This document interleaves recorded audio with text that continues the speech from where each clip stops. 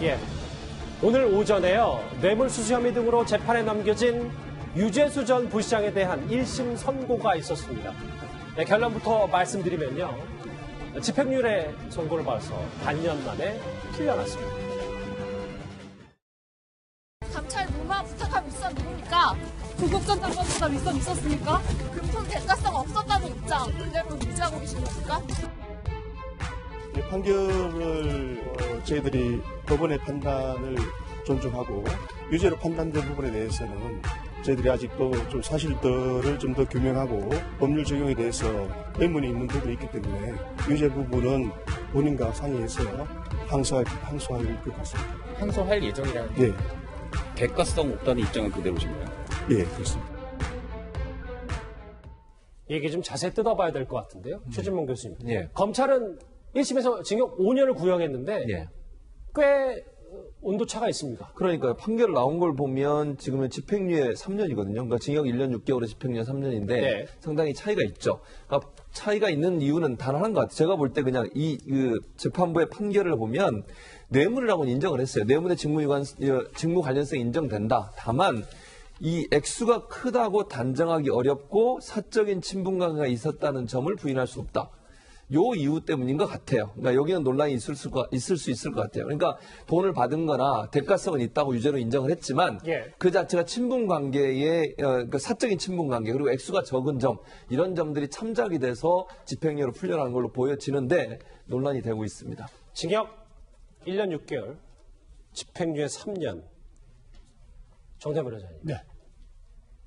이걸 좀 밑바닥부터 풀어봐야 될 게 뭐냐면 계속 많이 논란이 되는 게 아니 근데 그러면 뇌물수수는 유죄인데 왜 석방이냐 이런 질문 참 많이 할 수 있겠거든요. 예, 그러니까 이제 우리가 일단 뭐 무죄가 나온 부분이 있고 유죄가 나온 부분이 있는데 유죄가 나온 부분에 한해서 우리가 형이 적정한지라고 따져 보십시다. 이게 지금 1년 6월에 집행유예 3년, 벌금 9천, 추징금 4,220원 이렇게 나왔거든요. 예. 우선 추징금은 뭔가 하면 뇌물 받은 액수를 이렇게 정하는 겁니다. 4,200만 원. 네. 그다음에 그러면 벌금 9천원 왜 나왔느냐? 이 특가법에 보면은 받은 뇌물의 2배 내지 5배까지 벌금을 할 수 있거든요. 그럼 4,200에 2배하면 8,400이니까 9천만 원 한 겁니다. 그것까지는 뭐 산수적으로 나오고요. 예. 그 다음에 이제 형을 어떻게 정하는가 하면 그 판사가 주먹국으로 정하는 게 아니고요.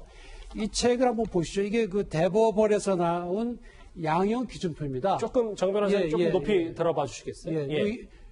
이게 2017년 나온 건데 올해도 계속 나오고 있는데 네. 이 표에 각 범죄마다 가이드라인이 있습니다. 아하. 그래서 판사들이 주먹구구를 하는 게 아니거든요. 그렇겠죠. 그러면 뇌물수수에 가서 한번 보시죠. 이거 한번 비춰보시죠. 뇌물수수가 보면은 금액에 따라 가지고 이렇게 금액에 따라서 이게 달라지게 되어 있죠. 그죠? 예. 저희가 지금 글씨가 그렇게 크진 않아서 잘 예. 보이진 않습니다만 일단 핵심은 그렇습니다. 혐의에 여기 따라서. 보면은 이 경우에 3천만 원 이상 5천만 원, 이 경우에 4천 몇백만 원이니까 3번항에 해당합니다. 예. 3번항에 해당하는데 그 경우에 기본형이 3년 내지 5년이죠. 예. 3년 내지 5년이고 이제 가감이 되고 이렇게 되죠. 예. 그런데 이 경우에 보면은 밑에 한번 보세요. 가중 요소 또는 강경 정 변호사님 죄송한데 예, 이게 예. 그 화면에 그렇게 잘 비춰지진 죄송합니다. 않아서 예. 구두로 설명하시는 게 좀 더 편할 것 같아요. 변호사님이라 되게 이제 근거를 가지고 말씀을 하시려고 그래서 하는데 예를 들어서 적극적으로 요구했으면 벌을 더 주고 예. 그다음에 뭐 진지한 반성을 했으면 벌을 덜 주고 이런 가중 요소, 감경 요소가 있거든요. 근데 이거에 비춰 보면 지금 유재수 전 부시장은 가중 요소가 더 높아서 어허. 이 기본이 3년 내지 5년이 아니라 4년 내지 6년으로 하는 것이 맞습니다. 유죄로 한다면. 자, 그다음에 집행유예가 가능한지를 보면 여기 또 나와 있습니다. 여기 한번 보시면요. 집행유예도 이렇게 뇌물수수에 좀 나와 있거든요. 여기를 보면 2년 이상 장기간 뇌물수수, 상급 이상 공무원 이런 경우에는 집행유예 해주지 말라고 돼 있어요. 또 적극적 요구를 한 경우도 하지 말라. 그런데 지금 해줄 수 있는 경우는 뭐 나이가 아주 많다든지 뭐 깊이 뉘우치나 이럴 때 집행유예 할 수 있도록 돼 있는데 본인은 부인하고 있잖아요. 잠시만요. 이렇게 쭉 책을 통해서도 양형 예. 기준을 통해 설명을 제가 들은 바로 느낌은 이 자체 판결 1심 선고가 정 변호사 입장에서 납득이 안 된다는 말씀이시죠? 제가 판사라고 한다면 대법원 양형 기준표에 따른다면 저렇게 나올 수는 없죠. 우선 1년 6월에 형도 낮고 예. 기준표에 따르면 그다음에 집행유예를 해줄 수가 없게 되는 거죠. 그런 점에서 제가 판사라면 저 판결은 상당히 어렵습니다. 그러니까 뇌물수수가 유죄인데도 석방한 거가 납득이 안 되고 양형 기준도 그렇고 또 하나요. 화면 정 변호사님 같이 보실게요. 오늘 책 준비 많이 하셨는데 아니, 저희가 잘 객관적인 근거에 따라서 우리가 판단을 해야 되는 글씨가 거죠. 작아가지고 죄송합니다. 왜냐하면 친분 관계인데 무죄냐. 그러면 친해서 돈 준 건 괜찮냐라는 질문도 또 할 수 있는 거 아닙니까? 그러니까 그 피고인 측에서는 우리는 돈 주고 받는 그런 사이가 너무 친하기 때문에 주는 돈이 뇌물이어야 돼 그렇게 주장을 했는데 예. 판사는 아무리 그렇다 하더라도 그렇게 친한 건 아니다. 그 따라서 유죄다. 그러면서도 이 돈을 주고 받는 것이 그래도 둘이 친분 관계가 있으니까 아주 나쁜 건 아니다라고 이렇게 판단을 했는데 상식에 좀 안 맞죠. 그래서 그렇게 사적인 친분 관계가 있으니까 그거 생각해보면 뇌물의 액수가 크지 않다? 4천만 원이 넘는데 크지 않다? 이건 좀 경험칙이나 상식에 좀 잘 안 맞습니다. 판사님 어떻게 보시는지 모르겠는데. 그래서 한 가지가 사적인 친분 관계가 선의로 줬다고 생각했을 여지가 있다.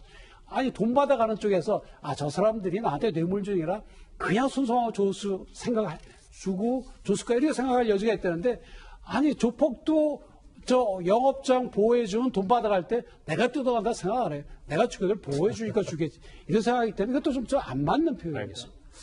오늘 좀 납득이 많이 잘 안 되셨는지 1심 선고 결과가 많이 좀 준비를 해오신 것 같은데요. 알겠습니다.